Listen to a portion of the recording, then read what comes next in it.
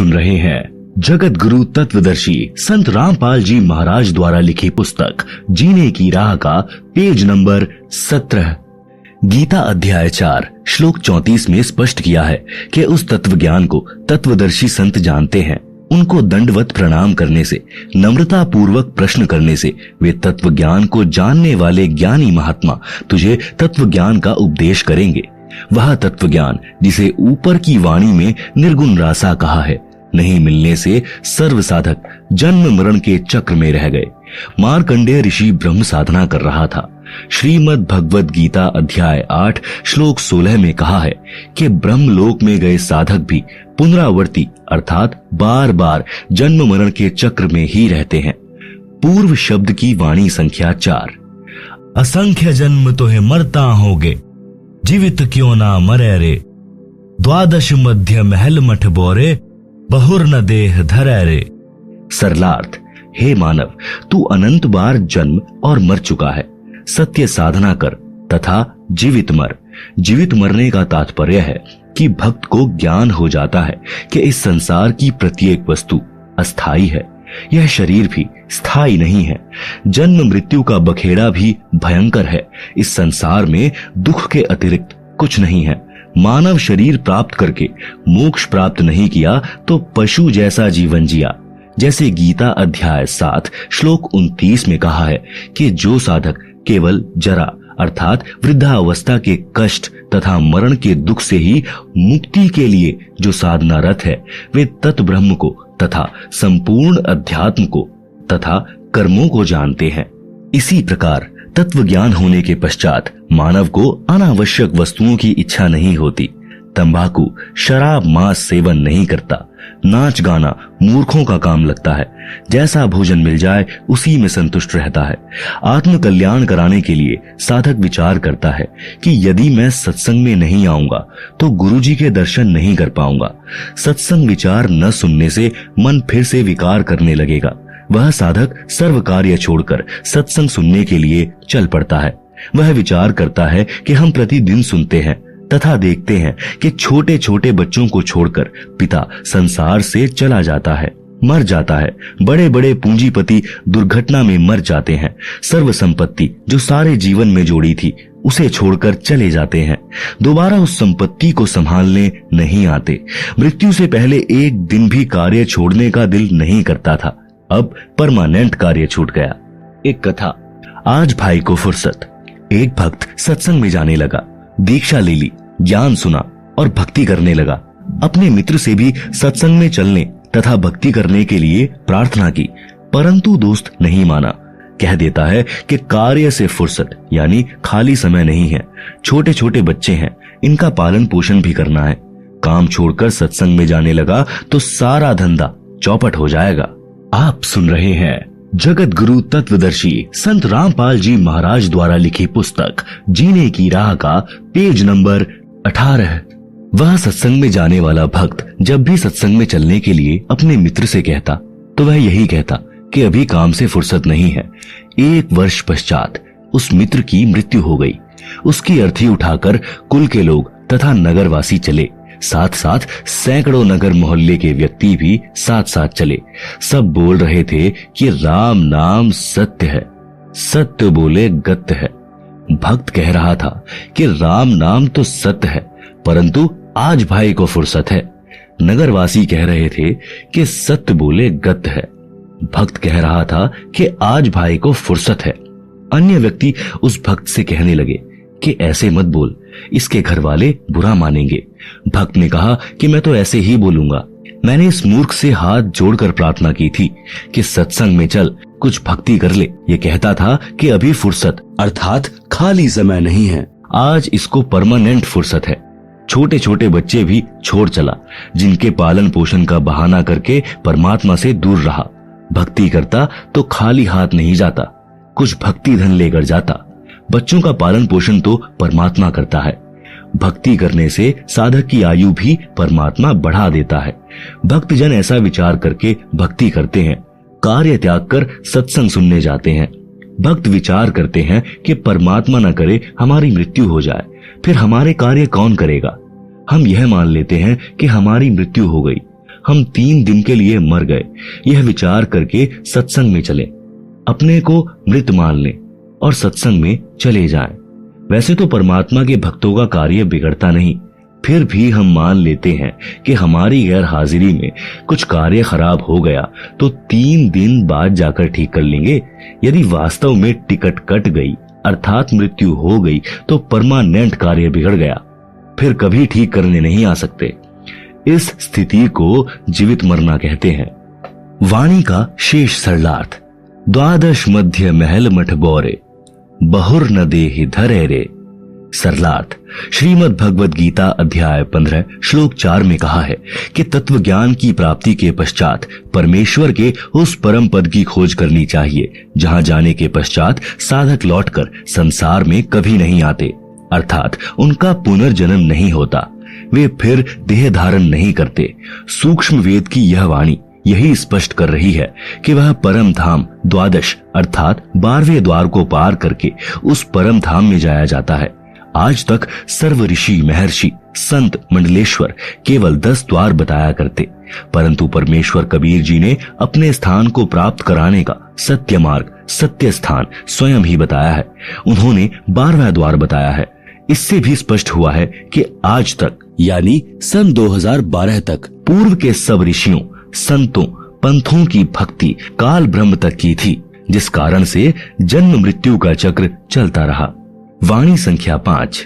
दोजख बहिष्ट सभी तय देखे राजपाट के रसिया, 3 लोक से तृप्त नाही यह मन भोगी खसिया। आप सुन रहे हैं जगत गुरु तत्वदर्शी संत रामपाल जी महाराज द्वारा लिखी पुस्तक जीने की राह का पेज नंबर 19। सरलार्थ। तत्व ज्ञान के अभाव में पूर्ण मोक्ष का मार्ग न मिलने के कारण कभी दोजख अर्थात नरक में गए, कभी बहिष्ट अर्थात स्वर्ग में गए, कभी राजा बनकर आनंद लिया। यदि इस मानव को 3 लोक का राज्य भी दे दे तो भी तृप्ति नहीं होती।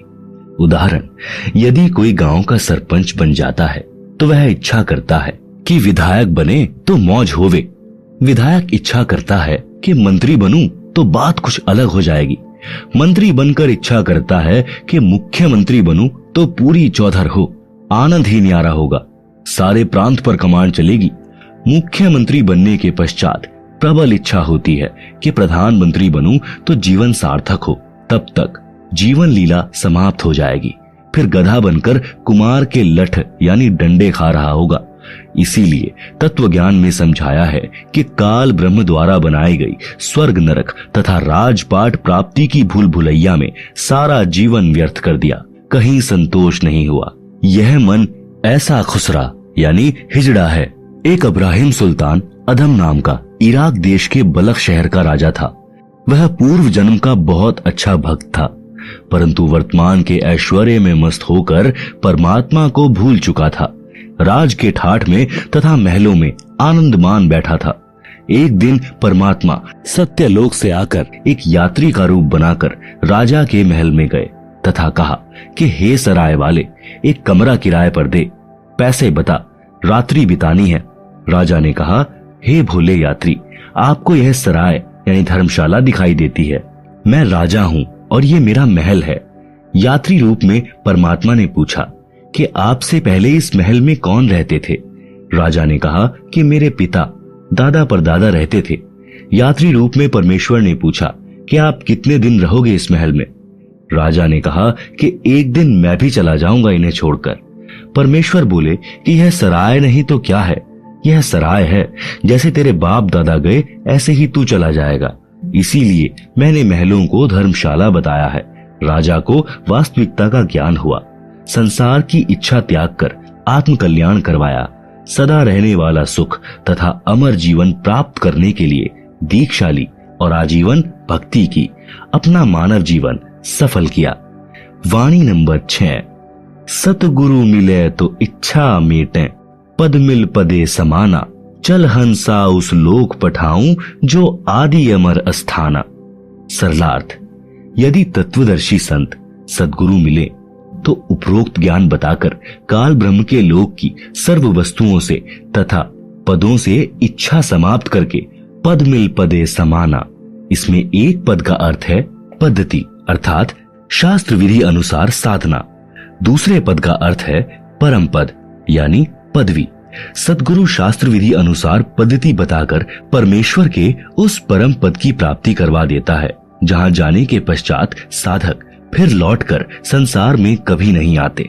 हे भक्त, चल तुझे उस लोक में भेज दूं जो आदि अमर स्थान है, अर्थात गीता अध्याय 18 श्लोक 62 में वर्णित सनातन परम धाम है, जहां पर परम शांति है। आप सुन रहे हैं जगत गुरु तत्वदर्शी संत रामपाल जी महाराज द्वारा लिखी पुस्तक जीने की राह का पेज नंबर 20, वाणी संख्या 7। चार मुक्ति जहां चंपी करती, माया हो रही दासी, दास गरीब अभय पद पर से मिले राम अविनाशी। सरलार्थ, उस सनातन परम धाम में परम शांति तथा अत्यधिक सुख है। काल ब्रह्म के लोक में चार मुक्ति मानी जाती हैं, जिनको प्राप्त करके साधक अपने को धन्य मानता है, परंतु वे स्थायी नहीं हैं। कुछ समय उपरांत पुण्य समाप्त होते ही फिर 84 लाख प्रकार की योनियों में कष्ट उठाता है, परंतु उस सत्य लोक में चारों मुक्ति वाला सुख सदा बना रहेगा। माया आपकी नौकरानी बनकर रहेगी। संत गरीबदास जी ने बताया है कि अमर लोक में जाने के पश्चात प्राणी निर्भय हो जाता है और उस सनातन परम धाम में वह अविनाशी राम अर्थात परमेश्वर मिलेगा। इसलिए पूर्ण मोक्ष के लिए शास्त्रानुकूल भक्ति करनी चाहिए, जिससे उस भगवान तक जाया जा सकता है। उपरोक्त वाणी तथा पूर्वोक्त विवरण से स्पष्ट हुआ कि श्री ब्रह्मा जी, श्री विष्णु जी तथा शिव जी और इनके पिता काल ब्रह्म अर्थात शर पुरुष व अक्षर पुरुष सर्व राम अर्थात प्रभु नाशवान है। केवल परम अक्षर ब्रह्म ही अविनाशी राम अर्थात प्रभु है।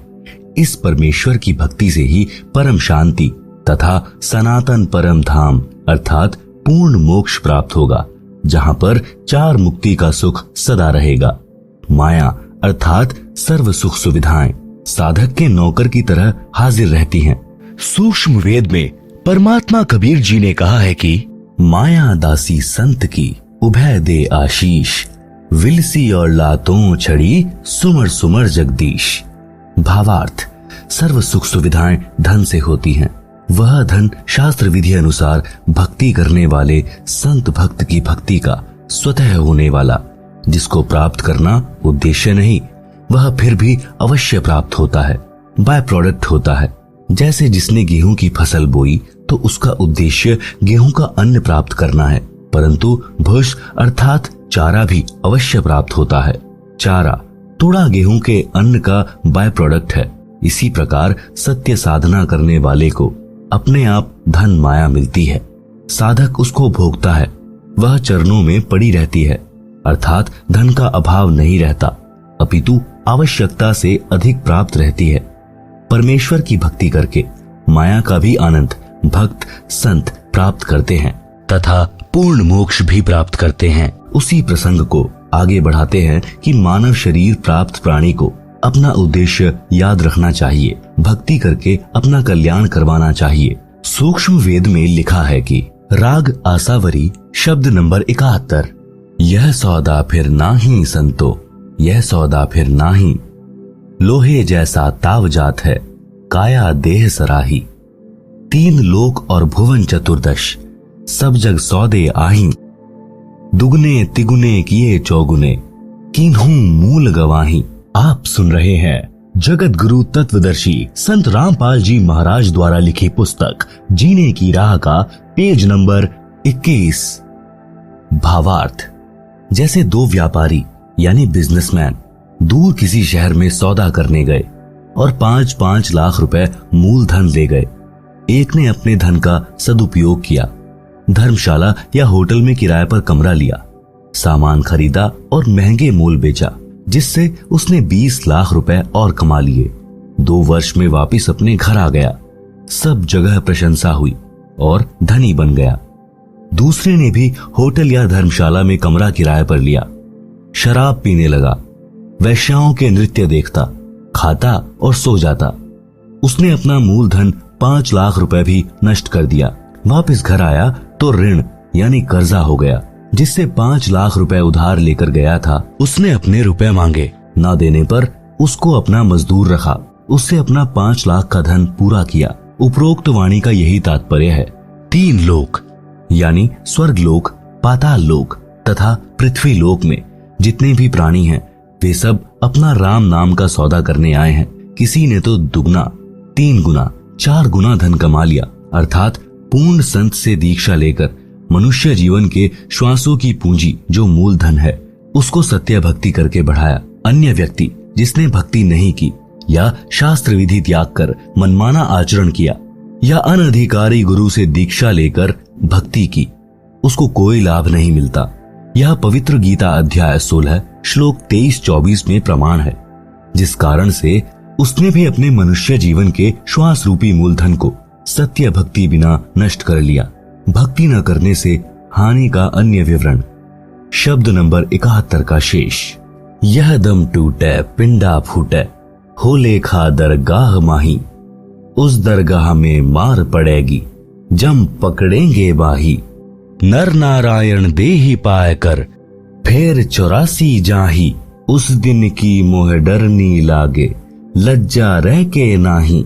जा सतगुरु की मैं बलिहारी, जो जामन मरण मिटाही, कुल परिवार तेरा कुटुंब कबीला, मसलित एक ठहराही। बांध पिंजरी आगे धर लिया, मरघट कूले जाही, अग्नि लगा दिया जब लंबा, फूंक दिया उस ठाही। पुराण उठा फिर पंडित आए, पीछे गरुड़ पढ़ाही। भावार्थ, यह दम अर्थात श्वास जिस दिन समाप्त हो जाएंगे उसी दिन यह शरीर रूपी पिंड छूट जाएगा। फिर परमात्मा के दरबार में पाप पुण्यों का हिसाब होगा। भक्ति न करने वाले या शास्त्र विरुद्ध भक्ति करने वाले को यम के दूत भुजा पकड़कर ले जाएंगे, चाहे कोई किसी देश का राजा भी क्यों ना हो। उसकी पिटाई की जाएगी। संत गरीबदास को परमेश्वर कबीर जी मिले थे, उनकी आत्मा को ऊपर लेकर गए थे, सर्व ब्रह्मांडों को दिखाकर संपूर्ण अध्यात्म ज्ञान समझाकर वापस शरीर में छोड़ा था। संत गरीबदास जी आंखों देखा हाल बयान कर रहे हैं कि हे मानव, आपको नर शरीर मिला है जो नारायण अर्थात परमात्मा के शरीर जैसा अर्थात उसी का स्वरूप है। अन्य प्राणियों को यह सुंदर शरीर नहीं मिला। इसके मिलने के पश्चात प्राणी को आजीवन भगवान की भक्ति करनी चाहिए। ऐसा परमात्मा स्वरूप शरीर प्राप्त करके सत्य भक्ति न करने के कारण फिर 84 लाख वाले चक्र में जा रहा है। धिक्कार है तेरे मानव जीवन को। मुझे तो उस दिन की चिंता बनी है। डर लगता है कि कहीं भक्ति कम बने और उस परमात्मा के दरबार में पता नहीं इज्जत रहेगी या नहीं। मैं तो भक्ति करते करते भी डरता हूँ कि कहीं भक्ति कम न रह जाए। आप तो भक्ति ही नहीं करते। यदि करते हो तो शास्त्र विरुद्ध कर रहे हो। तुम्हारा तो बुरा हाल होगा। और मैं तो राय देता हूँ कि ऐसा सतगुरु चुनो जो जन्म मरण के दीर्घ रोग को मिटा दे, समाप्त कर दे। जो सत्य भक्ति नहीं करते उनका क्या हाल होता है मृत्यु के पश्चात। आसपास के कुल के लोग इकट्ठे हो जाते हैं। फिर सबकी एक ही मसलत अर्थात राय बनती है कि इसको उठाओ। उठाकर शमशान घाट पर ले जाकर फूंक देते हैं। लाठी या जैली की खोद यानी ठोकर मार मार कर छाती तोड़ते हैं। संपूर्ण शरीर को जला देते हैं। जो कुछ भी जेब में होता है उसको निकाल लेते हैं। फिर शास्त्र विधि त्याग कर मनमाना आचरण कराने और करने वाले उस संसार से चले गए। जीव के कल्याण के लिए गुरु गरुड़ पुराण का पाठ करते हैं। आप सुन रहे हैं जगत गुरु तत्वदर्शी संत रामपाल जी महाराज द्वारा लिखी पुस्तक जीने की राह का पेज नंबर 22। तत्व ज्ञान यानी सूक्ष्म वेद में कहा है कि अपना मानव जीवन पूरा करके वह जीव चला गया। परमात्मा के दरबार में उसका हिसाब होगा। वह कर्मानुसार कहीं गधा कुत्ता बनने की पंक्ति में खड़ा होगा। मृत्यु के पश्चात गरुड़ पुराण का पाठ उसके क्या काम आएगा। यह व्यर्थ का शास्त्र विरुद्ध क्रियाक्रम है। उस प्राणी का मनुष्य शरीर रहते उसको भगवान के संविधान का ज्ञान करना चाहिए था, जिससे उसको अच्छे बुरे का ज्ञान होता और वह अपना मानव जीवन सफल करता। प्रेत शिला पर जाय विराजे, फिर पितरों पिंड भराही, बहुर श्राद्ध खान कुं आया, काग भये कलिमाही।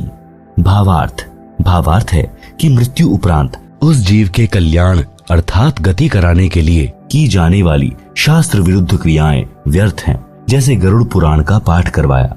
उस मरने वाले की गति अर्थात मोक्ष के लिए फिर अस्थियां गंगा में प्रवाहित की, उसकी गति यानी मोक्ष करवाने के लिए फिर 13वीं या 17वीं को हवन व भंडारा यानी लंगर किया, उसकी गति कराने के लिए। पहले प्रत्येक महीने 1 वर्ष तक महीना क्रिया करते थे, उसकी गति कराने के लिए। फिर छठे महीने छमाही क्रिया करते थे, उसकी गति कराने के लिए।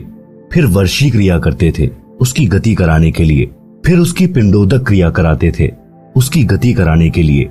श्राद्ध निकालते हैं अर्थात श्राद्ध क्रिया कराते हैं। श्राद्ध वाले दिन पुरोहित भोजन स्वयं बनाता है और कहता है कि कुछ भोजन मकान की छत पर रखो, कहीं आपका पिता कौवा यानी कि काग न बन गया हो। जब कौवा भोजन खा जाता तो कहते हैं कि तेरे पिता या माता आदि जो मृत्यु को प्राप्त हो चुका है, जिसके हेतु यह सर्व क्रिया की गई है और यह श्राद्ध किया गया है, वह कौवा बना है, इसका श्राद्ध सफल हो गया। इस उपरोक्त विवरण से स्पष्ट हुआ कि वह व्यक्ति जिसका उपरोक्त क्रियाक्रम किया था वह कौवा बन चुका है।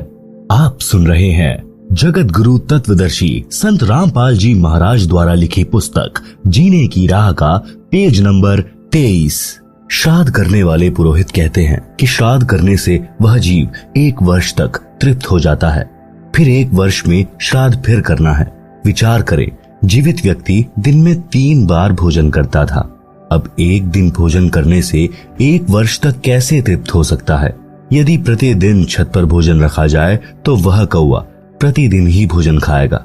दूसरी बात, मृत्यु के पश्चात की गई सर्व क्रियाएं गति यानी मोक्ष कराने के उद्देश्य से की गई थी। उन ज्ञानहीन गुरुओं ने अंत में कौवा बनवाकर छोड़ा। वह प्रेतशिला पर प्रेत योनि भोग रहा है। पीछे से गुरु और कौवा मौज से भोजन कर रहा है। पिंड भराने का लाभ बताया है कि प्रेत योनि छूट जाती है। मान ले प्रेत योनि छूट गई, फिर वह गधा या बैल बन गया तो क्या गति कराई? नर से फिर पशुआ कीजिए, गधा बैल बनाई। 56 भोग कहाँ मन बोरे, कहीं कुर्डी चरने जाई। भावार्थ, मनुष्य जीवन में हम कितने अच्छे अर्थात 56 प्रकार के भोजन खाते हैं। भक्ति न करने से या शास्त्र विरुद्ध साधना करने से गधा बनेगा, फिर ये 56 प्रकार के भोजन कहाँ प्राप्त होंगे?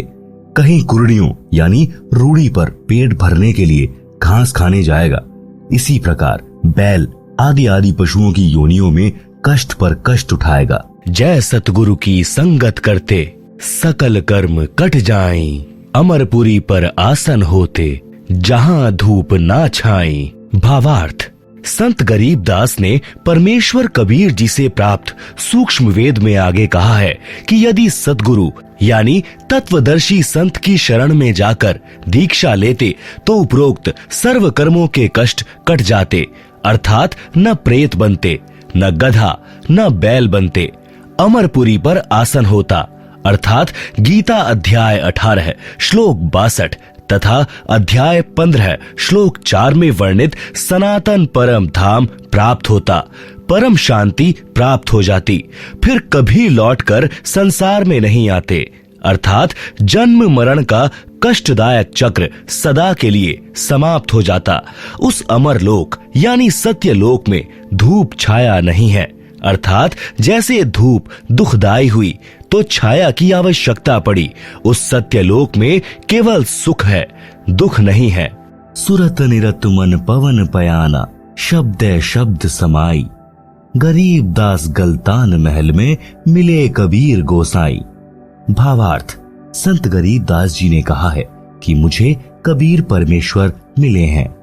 आप सुन रहे हैं जगत गुरु तत्वदर्शी संत रामपाल जी महाराज द्वारा लिखी पुस्तक जीने की राह का पेज नंबर 24। मुझे सुरत निरत मन तथा श्वास पर ध्यान रखकर नाम का स्मरण करने की विधि बताई, जिस साधना से सतलोक में हो रही शब्द धुनी को पकड़कर सतलोक में चला गया, जिस कारण से सत्यलोक यानी शाश्वत स्थान में अपने महल में आनंद से रहता हूँ। क्योंकि सत्य साधना जो परमेश्वर कबीर जी ने संत गरीबदास को जो बताई थी और उस स्थान यानी सत्यलोक को गरीबदास जी परमेश्वर के साथ जाकर देख कर आए थे, जिस कारण से विश्वास के साथ कहा कि मैं जो शास्त्रानुकूल साधना कर रहा हूँ यह परमात्मा ने बताई है।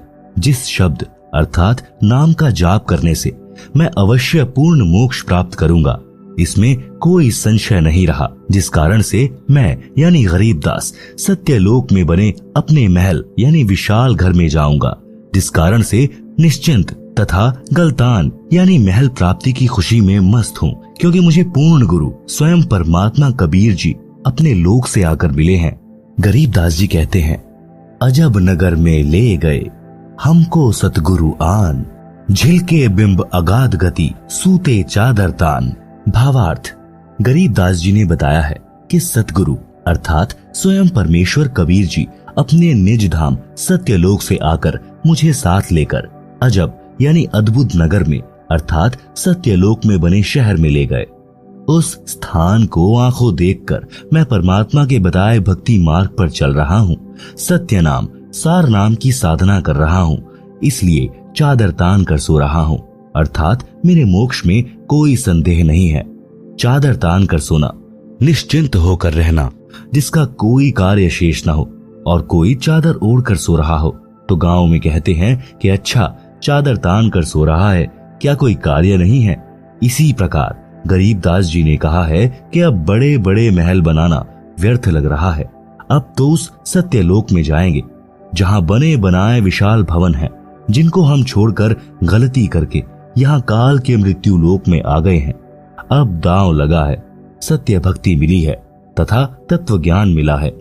सज्जनों, वह सत्य भक्ति वर्तमान में मेरे रामपाल दास जी के पास है, जिससे इस दुखों के घर संसार से पार होकर वह परम शांति तथा शाश्वत स्थान यानी सनातन परम धाम प्राप्त हो जाता है, जिसके विषय में गीता अध्याय 18 श्लोक 62 में कहा है तथा गीता अध्याय 15 श्लोक 4 में कहा है कि तत्वदर्शी संत से तत्व ज्ञान प्राप्त करके उस तत्व ज्ञान से अज्ञान का नाश करके उसके पश्चात परमेश्वर के उस परम पद की खोज करनी चाहिए, जहां जाने के पश्चात साधक फिर लौटकर संसार में कभी नहीं आता।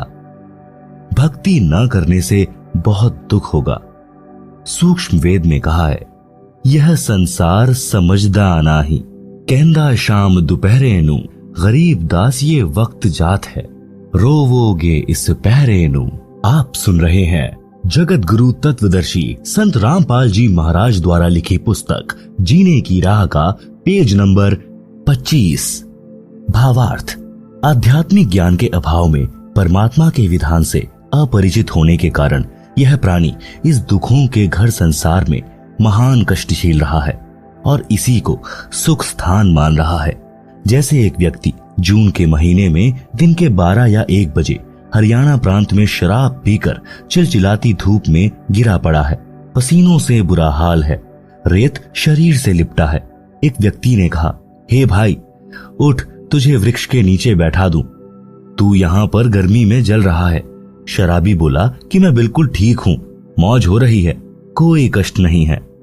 एक व्यक्ति किसी कारण कोर्ट में गया, वहां उसका रिश्तेदार मिला, एक दूसरे से कुशल मंगल पूछी, दोनों ने कहा सब ठीक है, मौज है। एक व्यक्ति का एक लौता पुत्र बहुत रोगी था, उसको पीजीआई में भर्ती करा रखा था। लड़के की बचने की आशा बहुत कम थी। ऐसी स्थिति में माता पिता की क्या दशा होती है आसानी से समझी जा सकती है। रिश्तेदार मिलने आए और पूछा कि बच्चे का क्या हाल है। पिता ने बताया कि बचने का भरोसा नहीं। फिर पूछा, और कुशल मंगल है? पिता ने कहा कि सब मौज है, विचार करें। शराब के नशे में घोर धूप के ताप को झेल रहा था, फिर भी कह रहा था कि मौज हो रही है। कोर्ट कचहरियों में जो रिश्तेदार मिले, दोनों ही कह रहे थे कि सब मौज है। विचार करें, जो व्यक्ति कोर्ट के कोल्हू में फंसा है, उसको स्वप्न में भी सुख नहीं होता, फिर भी दोनों कह रहे थे कि मौज है, अर्थात आनंद है। जिस व्यक्ति का एक लौता पुत्र मृत्यु शैया पर हो, उसको मौज कैसी? इसलिए सूक्ष्म वेद में कहा है कि इस दुखालय संसार में यह प्राणी महाकष्ट को सुख मान रहा है। यह संसार समझदा नाही, कहंदा शाम दोपहरे नु, गरीब दास ये वक्त जात है, रोवोगे इस पहरे नु। भावार्थ, संत गरीब दास जी ने बताया है कि मनुष्य जन्म प्राप्त करके जो व्यक्ति भक्ति नहीं करता, वह कुत्ते, गधे आदि आदि की योनि में कष्ट उठाता है। कुत्ता रात्रि में आसमान की ओर मुख करके रोता है। इसलिए गरीबदास जी ने बताया है कि यह मानव शरीर का वक्त एक बार हाथ से निकल गया और भक्ति नहीं की तो इस समय यानी इस पहरे को याद करके रोया करोगे। भक्ति मार्ग पर यात्रा। जब तक आध्यात्मिक ज्ञान नहीं तब तक तो जीव माया के नशे में अपना उद्देश्य भूल चुका था। और जैसा ऊपर बताया है कि शराबी नशे में ज्येष्ठ महीने की गर्मी में दिन के दोपहर के समय धूप में पड़ा पड़ा पसीने व रेत में सना भी कह रहा होता है कि मौज हो रही है, परंतु नशा उतरने के पश्चात उसे पता चलता है कि तू तो जंगल में पड़ा है, घर तो अभी दूर है। आप सुन रहे हैं जगत गुरु तत्वदर्शी संत रामपाल जी महाराज द्वारा लिखी पुस्तक जीने की राह का पेज नंबर 26। कबीर जी ने कहा है कि यह माया अटपटी, सब घट आन अड़ी, किस किस को समझाऊं या कुएं भांग पड़ी।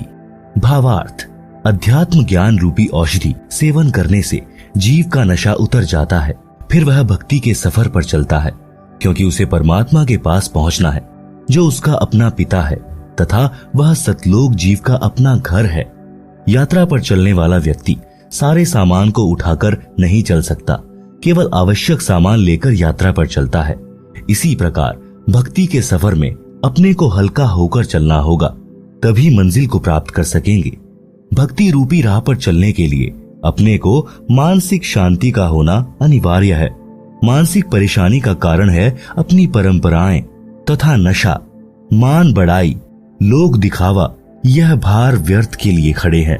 जैसे बड़ी कोठी, बड़ी महंगी कार, श्रृंगार करना, महंगे आभूषण यानी स्वर्ण के आभूषण संग्रह करना, विवाह में दहेज लेना देना, बैंड बाजे डीजे बजाना, गुड़चड़ी के समय पूरे परिवार का बेशर्मों की तरह नाचना, मृत्यु भोज करना, बच्चे के जन्म पर खुशी मनाना, खुशी के अवसर पर पटाखे जलाना, फिजूल खर्ची करना आदि आदि जीवन के भक्ति सफर में बाधक होने के कारण त्यागने पड़ेंगे। विवाह कैसे करें? जैसे श्री देवी दुर्गा जी ने अपने तीनों पुत्रों श्री ब्रह्मा जी, श्री विष्णु जी तथा श्री शिव जी का विवाह किया था, इसी पुस्तक में आगे पढ़ेंगे। मेरे यानी लेखक के अनुयायी ऐसे ही करते हैं। 17 मिनट की असुर निकंदन रामायणी है। फेरों के स्थान पर उसको बोला जाता है, जो करोड़ गायत्री मंत्र यानी ओम भूर्भुवः से उत्तम तथा लाभदायक है, जिसमें विश्व के सर्व देवी देव तथा पूर्ण परमात्मा का आह्वान तथा स्तुति प्रार्थना है, जिस कारण से सर्व शक्तियां उस विवाह वाले जोड़े की सदा रक्षा तथा सहायता करते हैं। इससे बेटी बची रहेगी, जीने की सुगम राह हो जाएगी। विवाह में प्रचलित वर्तमान परंपरा का त्याग, विवाह में व्यर्थ का खर्चा त्यागना पड़ेगा। जैसे बेटी के विवाह में बड़ी बारात का आना, दहेज देना, यह व्यर्थ परंपरा है, जिस कारण से बेटी परिवार पर भार मानी जाने लगी है और उसको गर्भ में ही मारने का सिलसिला शुरू है, जो माता पिता के लिए महापाप का कारण बनता है। बेटी देवी का स्वरूप है। हमारी कुपरंपराओं ने बेटी को दुश्मन बना दिया। श्री देवी पुराण के 3 स्कंद में प्रमाण है कि इस ब्रह्मांड के प्रारंभ में तीनों देवताओं श्री ब्रह्मा जी, श्री विष्णु जी तथा श्री शिव जी का जब इनकी माता श्री दुर्गा जी ने विवाह किया, उस समय न कोई बाराती था, न कोई भाती था, न कोई भोजन भंडारा किया गया था, न डीजे बजा था, न कोई नृत्य किया गया था। श्री दुर्गा जी ने अपने बड़े पुत्र श्री ब्रह्मा जी से कहा कि हे ब्रह्मा, यह सावित्री नाम की लड़की तुझे तेरी पत्नी के रूप में दी जाती है, इसे ले जाओ और अपना घर बसाओ। इसी प्रकार अपने बीच वाले पुत्र श्री विष्णु जी से लक्ष्मी जी तथा छोटे बेटे श्री शिव जी को पार्वती जी को देकर कहा कि ये तुम्हारी पत्नियां हैं, इनको ले जाओ और अपना अपना घर बसाओ। तीनों अपनी अपनी पत्नियों को लेकर अपने अपने लोक में चले गए, जिससे विश्व का विस्तार हुआ। आप सुन रहे हैं जगत गुरु तत्वदर्शी संत रामपाल जी महाराज द्वारा लिखी पुस्तक जीने की राह का पेज नंबर 27। शंका समाधान। कुछ व्यक्ति कहते हैं कि पार्वती जी की मृत्यु हो गई थी। उस देवी का पुनर्जन्म राजा दक्ष के घर हुआ था। युवा होने पर देवी सती यानी पार्वती जी ने नारद के बताने के पश्चात श्री शिव जी को पति बनाने का दृढ़ संकल्प कर लिया और अपनी माता जी के माध्यम से अपनी इच्छा पिता दक्ष को बताई। तो राजा दक्ष ने कहा कि वह शिव जी मेरा दामाद बनने योग्य नहीं है, क्योंकि वह नग्न रहता है, केवल एक मृग छाल पर्दे पर बांधता है, शरीर पर राख लगाकर भांग के नशे में रहता है, सर्पों को साथ रखता है।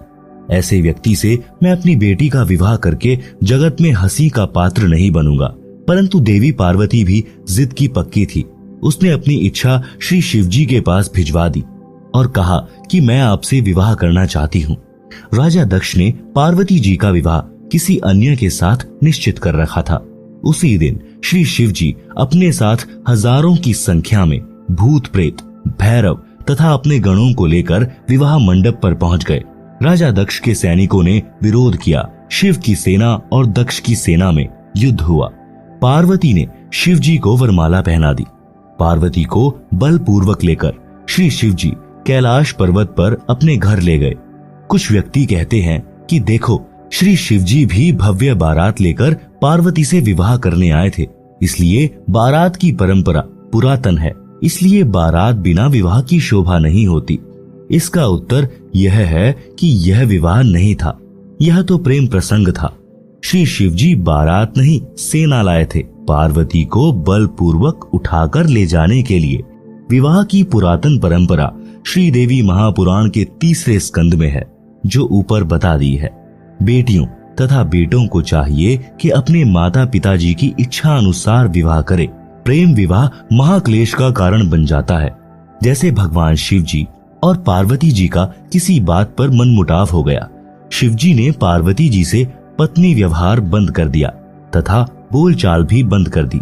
पार्वती ने सोचा कि अब यह घर मेरे लिए नरक हो गया है, इसलिए कुछ दिन अपनी माँ के पास चली जाती हूँ। पार्वती जी अपने पिता दक्ष के घर मायके में चली गई। उस दिन राजा दक्ष ने एक हवन यज्ञ का आयोजन किया हुआ था। राजा दक्ष ने अपनी बेटी का सत्कार नहीं किया तथा कहा कि आज क्या लेने आई हो, देख लिया उसका प्रेम, चली जा घर से। पार्वती जी ने अपनी माता से श्री शिवजी के नाराज होने की कथा बता दी थी। माता ने अपने पति दक्ष को सब बताया था। पार्वती जी को अब न मायके में स्थान था न ससुराल में। प्रेम विवाह ने ऐसी गंभीर परिस्थिति उत्पन्न कर दी कि दक्ष पुत्री को आत्महत्या के अतिरिक्त कोई विकल्प नहीं देखा और राजा दक्ष के विशाल हवन कुंड में जलकर मर गई। धार्मिक अनुष्ठान का नाश किया, अपना अनमोल मानव जीवन खोया, पिता का नाश कराया, क्योंकि जब श्री शिवजी को पता चला तो वे अपनी सेना लेकर पहुंचे और अपने ससुर दक्ष जी की गर्दन काट दी। बाद में बकरे की गर्दन लगाकर जीवित किया। उस प्रेम विवाह ने कैसा घमासान मचाया। शिव सेना को बारात बताकर कुप्रथा को जन्म दिया गया है और यह प्रसंग प्रेम विवाह रूपी कुप्रथा का जनक है, जो समाज के नाश का कारण है। विवाह जो सुप्रथा से हुआ वह आज तक सुखी जीवन जी रहे हैं, जैसे श्री ब्रह्मा जी तथा श्री विष्णु जी। आप सुन रहे हैं जगत गुरु तत्वदर्शी संत रामपाल जी महाराज द्वारा लिखी पुस्तक जीने की राह का पेज नंबर 28। विवाह करने का उद्देश्य। विवाह का उद्देश्य केवल संतानोत्पत्ति करना है। फिर पति पत्नी मिलकर परिश्रम करके बच्चों का पालन करते हैं, उनका विवाह कर देते हैं, फिर वे अपना घर बसाते हैं। इसके अतिरिक्त प्रेम विवाह समाज में अशांति का बीज बोना है, समाज बिगाड़ की चिंगारी है। प्रेम प्रसंग कैसा होता है? उत्तर, जो चरित्रहीन लड़के लड़की होते हैं वे चलते समय अजीबोगरीब एक्टिंग करते हैं। उन लजमारों की दृष्टि भी टेढ़ी मेढ़ी चलती है। कभी बनावटी मुस्कुराना, मुड़ मुड़कर आगे पीछे देखना, चटक मटक कर चलना उन पाप आत्माओं का शौक होता है, जो अंत में प्रेम विवाह का रूप बन जाता है। बाद में उनको पता चलता है कि दोनों के अन्य भी प्रेमी प्रेमिकाएं थी। फिर उनकी दशा भगवान शिव जी पार्वती वाली होती है, न घर के रहते हैं न घाट के। विवाह करने का उद्देश्य ऊपर बता दिया है। इससे हटकर जो भी कदम युवा उठाते हैं वह जीवन सफर को नरक बनाने वाला होता है। यदि किसी का प्रेम संबंध भी बन जाए तो इस बात का ध्यान अवश्य रखें कि अपने समाज की मर्यादा जैसे गोत्र, गांव तथा विवाह क्षेत्र भंग न होती हो, जिससे कुल व माता पिता की इज्जत को ठेस पहुंचे। गलती से ऐसा हो भी जाए और बाद में पता चले तो लड़के लड़की को चाहिए कि तुरंत उस प्रेम को तोड़ दें। अंतर जातीय विवाह वर्तमान में करने में कोई हानि नहीं है, परंतु उपरोक्त मर्यादा का ध्यान अवश्य रखें। भगवान शिवजी ने भी देवी पार्वती को इसी कारण से त्यागा था। आगे की कथा इस प्रकार है। भगवान शिव का अपनी पत्नी को त्यागना। जिस समय श्री रामचंद्र पुत्र श्री दशरथ यानी राजा अयोध्या वनवास का समय बिता रहे थे, उस दौरान सीता जी का अपहरण लंका के राजा रावण ने कर लिया था। श्री राम को पता नहीं था। सीता जी के वियोग में श्री राम जी विलाप कर रहे थे। आकाश से शिव पार्वती ने देखा। पार्वती ने शिव से पूछा कि यह व्यक्ति इतनी बुरी तरह क्यों रो रहा है, इस पर क्या विपत्ति आई है। आप सुन रहे हैं जगत गुरु तत्वदर्शी संत रामपाल जी महाराज द्वारा लिखी पुस्तक जीने की राह का पेज नंबर 29। श्री शिवजी ने बताया कि यह साधारण व्यक्ति नहीं है, यह श्री विष्णु जी हैं, जो राजा दशरथ के घर जन्मे हैं, अब वनवास का समय बिता रहे हैं। इनकी पत्नी सीता भी इनके साथ आई थी, उनका किसी ने अपहरण कर लिया है, इसलिए दुखी हैं। पार्वती जी ने कहा कि मैं सीता रूप धारण करके इनके सामने जाऊंगी, यदि मुझे पहचान लेंगे तो मैं मानूंगी कि ये वास्तव में भगवान हैं। शिवजी ने पार्वती से कहा था कि यह गलती ना करना, यदि आपने सीता रूप धारण कर लिया तो मेरे काम की नहीं रहोगी। पार्वती जी ने उस समय तो कह दिया कि ठीक है, मैं परीक्षा नहीं लूंगी, परंतु शिव के घर से बाहर जाते ही सीता रूप धार कर श्री राम के सामने खड़ी हो गई। श्री राम बोले कि हे दक्ष पुत्री माया, आज अकेले कैसे आई, श्री शिवजी को कहां छोड़ आई। तब देवी जी लज्जित हुई और बोली कि भगवान शिव सत्य ही कह रहे थे कि आप त्रिलोकी नाथ हैं, आपने मुझे पहचान लिया, मैं परीक्षा लेने आई थी। भगवान शिव को भी पता चल गया कि पार्वती ने सीता रूप धारण करके परीक्षा ली है। पार्वती जी से पूछा कि कर दिया वही काम जिसके लिए मना किया था। पार्वती जी ने झूठ भी बोला कि मैंने कोई परीक्षा नहीं ली है, परंतु शिव जी पूर्ण रूप से नाराज हो गए और प्रेम विवाह नरक का कारण बना, जो ऊपर आप जी ने पढ़ा है। इसलिए युवाओं से निवेदन है कि अपनी कमजोरी के कारण माता पिता तथा समाज में विष न खोलें। विवाह करना अच्छी बात है, बकवाद करना बुरी बात है। विवाह के लिए माता पिता समय पर स्वयं चिंतित हो जाते हैं और विवाह करके ही दम लेते हैं। फिर युवा क्यों सिरदर्द मोल लेते हैं। जब तक विवाह नहीं होता चाव चढ़ा रहता है, विवाह के पश्चात बच्चे हो जाते हैं। 7 साल के पश्चात महसूस होने लगता है कि या के बनी। जैसे हरियाणवी कवि यानी स्वांगी जाट मेहर सिंह जी ने कहा है कि विवाह करके देख लियो, जिसने देखी जेल नहीं है। जैसे जेल में 4 दीवारी के अंदर रहना मजबूरी होती है, इसी प्रकार विवाह के पश्चात माता पिता के लिए, अपने परिवार के पोषण के लिए, गृहस्थी जीवन जीने के लिए सामाजिक मर्यादा रूपी 4 दीवारी के अंदर रहना अनिवार्य हो जाता है। अपनी मर्जी नहीं चला सकता, यानी नौकरी वाला नौकरी पर जाता है, मजदूर मजदूरी पर, तथा किसान खेत के कार्य को करने के लिए मजबूर है, जो जरूरी है। इसलिए विवाहित जीवन मर्यादा रूपी कारागार कही जाती है। परंतु इस कारागार बिना संसार की उत्पत्ति नहीं हो सकती। अपने माता पिता जी ने भी विवाह किया, अपने को अनमोल मनुष्य शरीर मिला। इस शरीर में भक्ति करके मानव मोक्ष प्राप्त कर सकता है, जो विवाह का ही वरदान है। इस पवित्र संबंध को चरित्रहीन व्यक्ति कामुक कथा सुनाकर तथा राग रागिनी गाकर युवाओं में वासनाओं को उत्प्रेरित करते हैं, जिससे शांत व मर्यादित मानव समाज में आग लग जाती है। आप सुन रहे हैं जगत गुरु तत्वदर्शी संत रामपाल जी महाराज द्वारा लिखी पुस्तक जीने की राह का पेज नंबर 30, जिस कारण से कई परिवार उजड़ जाते हैं। जैसे समाचार पत्रों में पढ़ने को मिलता है कि युवक तथा युवती ने गांव की गांव में प्रेम करके नाश का बीज बो दिया। लड़की वालों ने अपनी लड़की को बहुत समझाया, परंतु गंदी फिल्मों से प्रेरित लड़की ने एक नहीं मानी। परिवार वालों ने लड़की की हत्या कर दी, जिस कारण से लड़की का भाई, पिता, माता तथा भाभी भी जेल गए। आजीवन कारागार हो गई।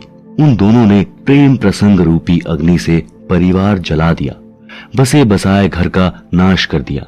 अन्य बहुत से उदाहरण हैं जिनमें ऑनर किलिंग का मुकदमा बनने से फांसी तक सजा का प्रावधान है। हे युवा बच्चों, विचार करो, माता पिता आपसे क्या क्या उम्मीद लिए जीते हैं। आपको पढ़ाते हैं, पालते हैं, आप सामाजिक मर्यादा को भूलकर छोटी सी भूल के कारण महान गलती करके जीवन नष्ट कर जाते हो। इसलिए बच्चों को सत्संग सुनना अनिवार्य है। सामाजिक ऊंच नीच का पाठ पढ़ाना आवश्यक है, जिसका लगभग अभाव हो चुका है। एक प्रश्न, बारात का प्रचलन कैसे हुआ? उत्तर, राजा लोगों से प्रारंभ हुआ। वे लड़के के विवाह में सेना लेकर जाते थे। रास्ते में राजा की सुरक्षा के लिए सेना जाती थी, जिसका सब खर्च लड़की वाला राजा वहन करता था। सेठ साहूकार दहेज में अधिक आभूषण तथा धन देते थे। वे गांव के अन्य गरीब वर्ग के व्यक्तियों को दिहाड़ी पर ले जाते थे, जो सुरक्षा के लिए होते थे। उनको पहले दिन लड़के वाला अपने घर पर मिठाई खिलाता था। लड़की वाले से प्रत्येक रक्षक को एक चांदी का रुपया तथा एक पीतल का गिलास दिलाया जाता था। जो गरीब वर्ग अपनी गाड़ी तथा बैल ले जाते थे, उनको कुछ अधिक राशि का प्रलोभन दिया जाता था। पहले जंगल अधिक होते थे, यातायात के साधन नहीं थे। इस प्रकार यह एक परंपरा बन गई। उस समय अकाल गिरते थे, लोग निर्धन होते थे। कोई धनी अकेला मिल जाता था तो उसको लूटना आम बात थी। इस कारण से बारात रूपी सेना का प्रचलन हुआ। फिर यह एक लोक दिखावा परंपरा बन गई, जिसकी अब बिल्कुल आवश्यकता नहीं है। एक और प्रश्न, भात तथा न्योंदा न्योंदार कैसे चला? उत्तर, उसका मूल भी बारात का आना, दहेज का देना, बारात ले जाने के लिए लड़के वाले द्वारा मिठाई खिलाना, लड़की वाले के लिए भी उस बारात के लिए मिठाई तथा रुपया गिलास देना आदि के कारण भात तथा न्योता यानी न्योंदा प्रथा प्रारंभ हुई। न्योता समूह में गांव तथा आसपास गवांड गांव के प्रेमी प्यारे व्यक्ति होते हैं। जिसके लड़के या लड़की का विवाह होता था तो अकेला परिवार खर्च वहन नहीं कर सकता था। उसके लिए लगभग 100 या अधिक सदस्य उस समूह में होते हैं। जिसके बच्चे का विवाह होता था तो सब सदस्य अपनी वित्तीय स्थिति अनुसार न्योता यानी धनराशि विवाह वाले के पिता को देते थे।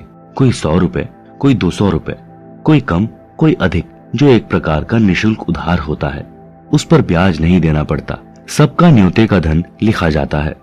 प्रत्येक सदस्य की बही यानी डायरी में प्रत्येक विवाह पर दिया न्योता लिखा होता है। इस प्रकार विवाह वाले परिवार को धन की समस्या नहीं आती है। आप सुन रहे हैं जगत गुरु तत्वदर्शी संत रामपाल जी महाराज द्वारा लिखित पुस्तक जीने की राह का पेज नंबर 31। भात भी इसी कड़ी में भरा जाता है। बहन के बच्चों के विवाह में कुछ कपड़े तथा नकद धन देना यानी भाई द्वारा की गई सहायता भात कहा जाता है। जो धन बहन को लौटाना नहीं होता। जिन बहनों के भाई नहीं हैं, वे उस दिन अति दुखी होती हैं, एकांत में बैठकर रोती हैं। पीलिया, लड़की को संतान उत्पन्न होने पर मायके वालों की ओर से जच्चा के लिए घर का देशी शुद्ध घी, कुछ गोंद यानी घी, आटा भूनकर गोला, अजवाइन, काली मिर्च का मिश्रण गोंद कहलाता है। नवजात बच्चे के छोटे छोटे कपड़े यानी झुगले भी मायके वाले तथा लड़की की ननंदों द्वारा लाए जाते हैं। यह परंपरा है जो कपड़े 1 वर्ष के पश्चात व्यर्थ हो जाते हैं। इस तरह की परंपरा को त्यागना है, क्योंकि जीवन के सफर में व्यर्थ का भार है। आप अपनी बेटी की सहायता कर सकते हैं, जैसे गाय भैंस लेनी है। बेटी की वित्तीय स्थिति कमजोर है तो उसको नकद रुपए दे सकते हैं, परंतु विवाह के समय नहीं। बेटी का आपकी संपत्ति में से हक दे सकते हैं अगर बेटी लेना चाहे तो। बेटी को चाहिए कि आवश्यकता पड़ने पर धन ले, परंतु फिर लौटा दे। परमात्मा पर विश्वास रखें, आपका सम्मान बना रहेगा। समाधान, इन सब का समाधान है कि विवाह को सूक्ष्म वेद के अनुसार किया जाए।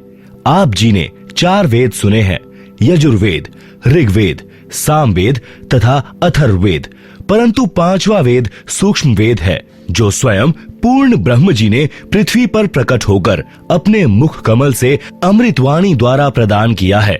मेरे यानी रामपाल दास के अनुयायी उसी 5वें वेद के अनुसार विवाह रस्म करते हैं, जिसमें कोई उपरोक्त परंपरा की आवश्यकता नहीं पड़ती।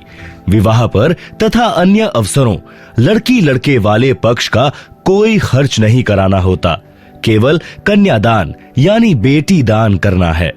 लड़की अपने पहनने के लिए केवल 4 ड्रेस ले जा सकती है। जूता तो पहन ही रखा है, बस जिस घर में जाएगी वह परिवार उस बेटी को अपने घर के सदस्य की तरह रखेगा, अपने घर की वित्तीय स्थिति के अनुसार अन्य सदस्य के समान सर्व आवश्यक वस्तुएं उपलब्ध कराएगा। बेटी अपने माता पिता भाई भाभी पर कोई भार नहीं बनेगी। जब कभी अपने मायके आएगी तो कोई सूट तथा नकद नहीं लेगी, जिस कारण से भाभी भाई को भी प्यारी लगेगी। भाभी को ननंद इसलिए खटकती है कि आ गई, 4-5 हजार खर्च करवा कर जाएगी, परंतु हमारी बेटी सम्मान के साथ आएगी और सम्मान के साथ लौट जाएगी। अपने मायके वालों से कोई वस्तु नहीं लेगी, जिससे दोनों पक्षों का परस्पर अधिक प्रेम सदा बना रहेगा। भक्ति भी अच्छी होगी। इस प्रकार जीने की यथार्थ राह पर चलकर हम शीघ्र मंजिल पर यानी मोक्ष तक पहुंचेंगे। एक प्रश्न, जिनको संतान प्राप्त नहीं होती है उस बे औलादे यानी संतानहीन का तो सुबह या शुभ कर्म को जाते समय मुख देखना भी बुरा मानते हैं, ऐसा क्यों? उत्तर, यह संपूर्ण आध्यात्मिक ज्ञान के टोटे के कारण गलत धारणा है। पाठक जन इसी पुस्तक के पृष्ठ 6 पर पढ़ें कि एक व्यक्ति के 4 पुत्र थे, उसको अधरंग हो गया तो किसी ने सेवा नहीं की। क्या उस आदमी के दर्शन इसलिए अच्छे हैं कि उसके संतान है? उसकी दुर्गति को कौन देखना अच्छा समझेगा? कृतघ्नि पुत्र। एक व्यक्ति के 2 पुत्र थे। वह व्यक्ति फौज से सेवानिवृत्त था। पेंशन बनी थी। पुत्र अलग अलग हो गए। छोटे पुत्र ने माता को अपने घर पर रख लिया क्योंकि बच्चे छोटे थे। माता उनकी देखरेख के लिए चाहिए थी।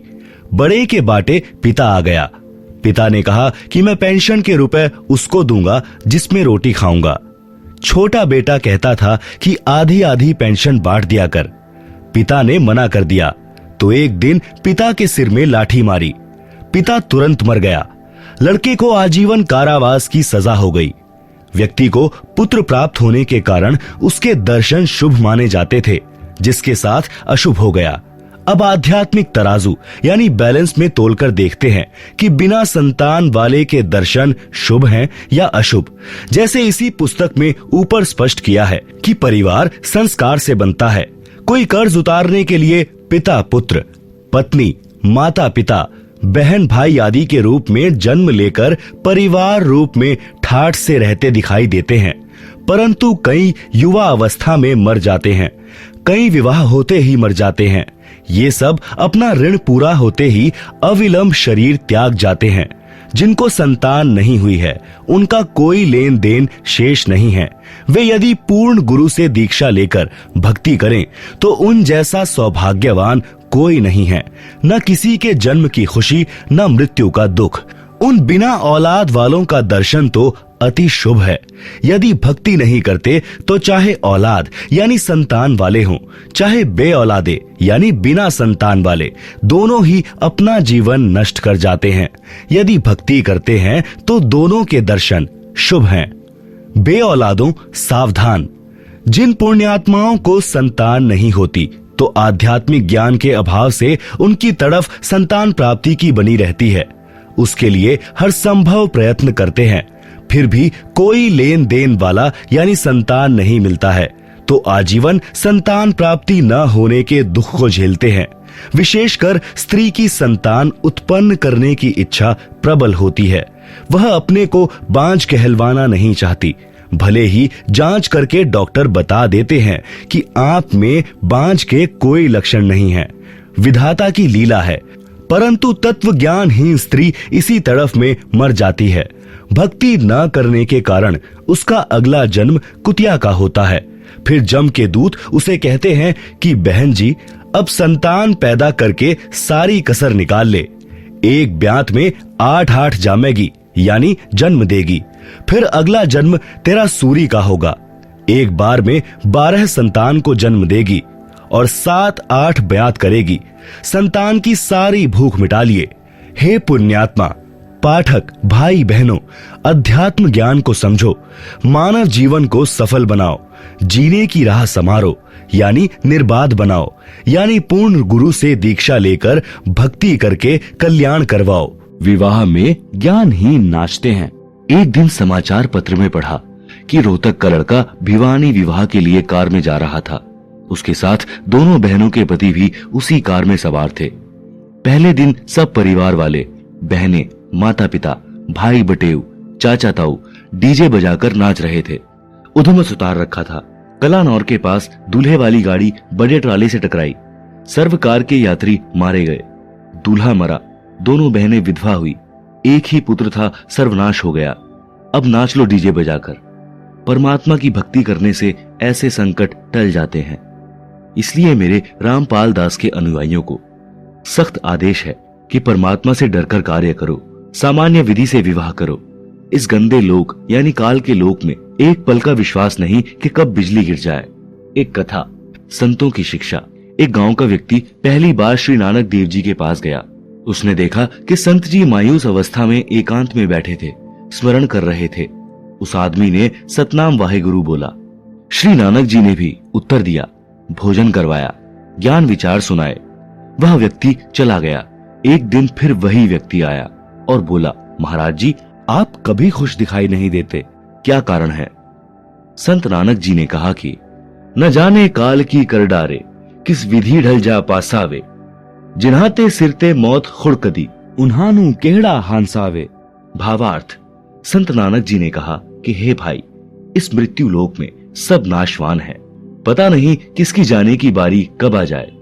इसलिए जिनके सिर पर मौत गरज रही हो, उस व्यक्ति का नाचना गाना, हंसी मजाक कैसे अच्छा लगेगा? मूर्ख या नशे वाला व्यक्ति इस गंदे लोक में खुशी मनाता है। जैसे एक व्यक्ति की पत्नी को विवाह के 10 वर्ष पश्चात पुत्र हुआ, उसके उत्पन्न होने की खुशी में लड्डू बनाए, बैंड बाजे बजाए, उधमस उतार दिया। अगले वर्ष जन्मदिन को ही मृत्यु हो गई। कहां तो जन्मदिन की खुशी की तैयारी थी, कहां रोआ पीटी शुरू हो गई। घर नरक बन गया। अब मना लो खुशी। वह व्यक्ति सच्चाई सुनकर कांप गया और बोला कि हे प्रभु, आपकी बातें सत्य हैं, परंतु क्या आप कभी खुशी नहीं मनाते? आप सुन रहे हैं जगत गुरु तत्वदर्शी संत रामपाल जी महाराज द्वारा लिखी पुस्तक जीने की राह का पेज नंबर 34। श्री नानक जी ने उत्तर दिया कि खुशी मनाता हूं। साध मिले साढ़े शादी हुंदी, बिछुड़दा दिलगीरी वे, अखदे नानक सुनो जिहाना, मुश्किल हाल फकीरी वे। भावार्थ, जब मेरे शिष्य सत्संग सुनने आते हैं तो साध संगत को देखकर मेरे को खुशी होती है कि सब भक्ति पर लगे हैं, कोई विचलित नहीं हुआ है। जब ये सत्संग के पश्चात जाते हैं तो मायूसी छा जाती है कि कहीं कोई सिर फिरा इनको भ्रमित करके परमात्मा से दूर न कर दे। श्री नानक जी ने कहा कि ज्ञानहीन संतों ने फकीरी यानी भक्ति को कठिन बना दिया है। वे पूर्ण मोक्ष मार्ग जानते नहीं, भ्रमित करने को गुरु बने हैं, जो मीठी मीठी बातें बनाकर मेरे भक्तों को काल के जाल में ले जाते हैं। इसलिए जब तक वे पुनः सत्संग में सब नहीं आते तो मुझे चिंता बनी रहती है। सब आ जाते हैं तो खुशी होती है, परंतु हम नाचते गाते नहीं, दिल में महसूस करते हैं। मौत को कभी नहीं भूलते। कबीर जी ने कहा है, मौत बिसारी मूर्खा, अचरज किया कौन, तन मिट्टी में मिल जाएगा, ज्यों आटे में लौन।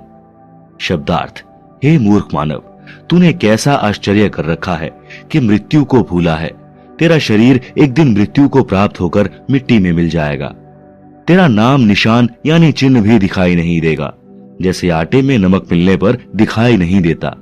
भावार्थ है कि मृत्यु का दिन भूलकर ही मनुष्य यानी स्त्री पुरुष स्वार्थवश गलतियां करता है और संसार में बेफिक्र रहता है। यदि मृत्यु याद है तो मानव कभी पाप व गफलत नहीं कर सकता। अन्य उदाहरण, एक सेठ एक दिन एक संत के आश्रम में गया। संत की कृपा से उसको अच्छा लाभ हो गया। वह सेठ सेब, संतरों, केलों का बड़ा थैला भर कर गया। संत जी ने एक टोकरे में डाल दिए जिसमें फल प्रसाद रखते थे।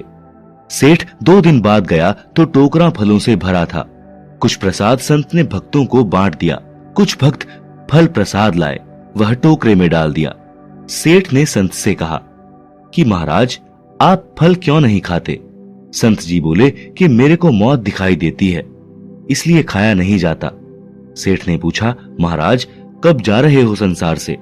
संत जी बोले, आज से 40 वर्ष पश्चात मेरी मृत्यु होगी।